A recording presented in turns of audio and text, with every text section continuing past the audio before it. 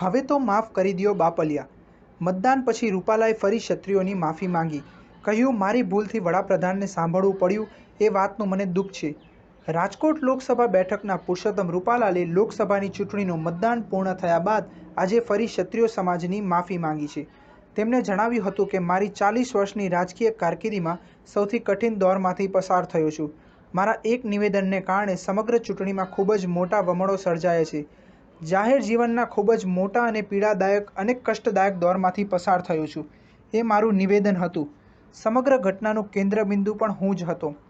તેના કારણે ક્ષત્રિય સમાજ તરફથી જે પ્રતિક્રિયાઓ આવી તેના કારણે ભાજપ પક્ષ તેમાં લપેટાયો.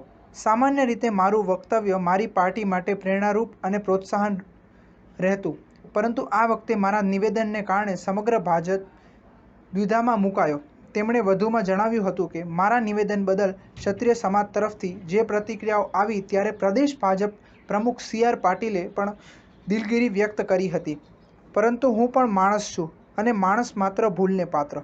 તે વખતે મેં પણ ક્ષત્રિય સમાજની માફી માંગી હતી, પરંતુ હવે મતદાન પૂર્ણ થઈ ગયું છે અને કોઈ રાજકીય વિષય નથી. હવે પુરુષોત્તમ રૂપાલા ભારતીય જનતા પાર્ટીનો કાર્યકર્તા તરીકે ક્ષત્રિય સમાજના જે લોકોની લાગણી દુભાઈ હતી તે વખતે પણ મેં માફી માંગી હતી. આજે ફરી ક્ષત્રિય સમાજ અને ક્ષત્રિય સમાજની માતૃશક્તિની માફી માંગુ છું. સ્ટાર ન્યૂઝ 7 હંમેશા સચ્ચાઈની સાથે.